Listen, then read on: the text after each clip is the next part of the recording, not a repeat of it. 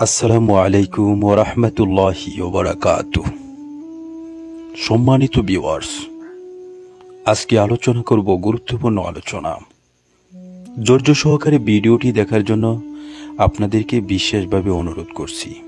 আজকে আলোচনা করব ইতিহাসের ধারাবাহিকতায় খেলাফতে যুব মজলিস কখন গঠিত হয়েছে এবং কে গঠন করেছে। মহান আল্লাহ জাল্লা শানহু তার মহান দ্বীনকে নবী করিম সাল্লাল্লাহু আলাইহি ওয়াসাল্লাম গণের মাধ্যমে আদর্শগত ও প্রমাণগতভাবে শ্রেষ্ঠত্ব দিয়ে প্রেরণ করেছেন। সেই সাথে সাথে ব্যবহারিক জীবনেও আল্লাহর সুমহান দ্বীনকে বিজয়ী করার জন্য নবীদেরকে দায়িত্ব দিয়েছেন। আখিরি নবী হযরত মুহাম্মদ সাল্লাল্লাহু আলাইহি ওয়াসাল্লাম দ্বীনের পূর্ণাঙ্গ বিজয়ের লক্ষ্যে জগতে খেলাফত প্রতিষ্ঠিত করে গেছেন।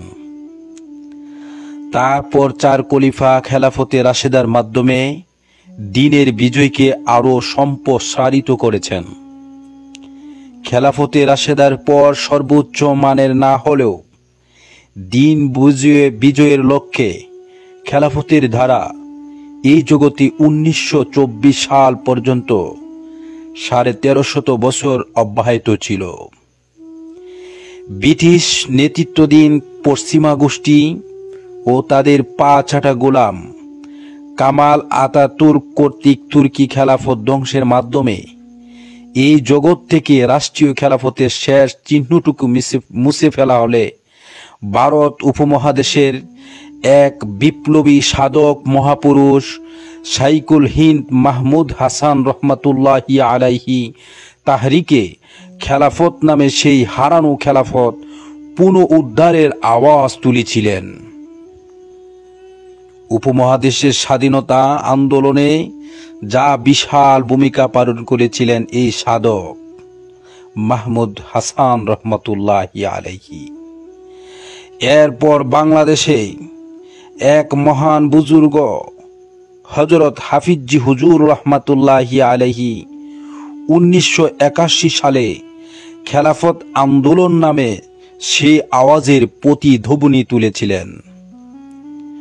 হযরত হাফিজির ডাকে খেলাফতের পক্ষে গড়ে ওঠা গণজাগরণকে স্থায়ী ও সাংগঠনিক রূপদান করতে ইসলামী আন্দোলনের মহান রাহবার শাইখুল হাদিস আল্লামা আজিজুল হক রহমাতুল্লাহি আলাইহি 1989 সালে প্রতিষ্ঠা করেন বাংলাদেশ খেলাফত মজলিস।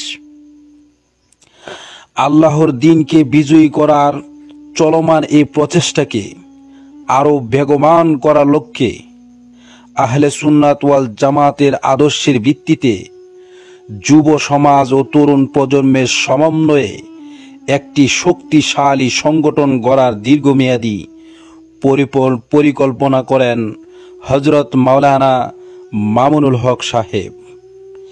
এই দলটা নিয়ে গঠিত হয় 29 মে 2009 পবিত্র জুমার দিনে জাতীয় মসজিদ বাইতুল মোকাররম থেকে যাত্রা শুরু করেছে বাংলাদেশ খেলাফত যুব মজলিস। আসো হে যুবক, ইসলামের ছায়াতলে এখনই শরীক হও দ্বীন কায়েমের লক্ষ্যে এবং যুব মজলিস জিন্দাবাদ।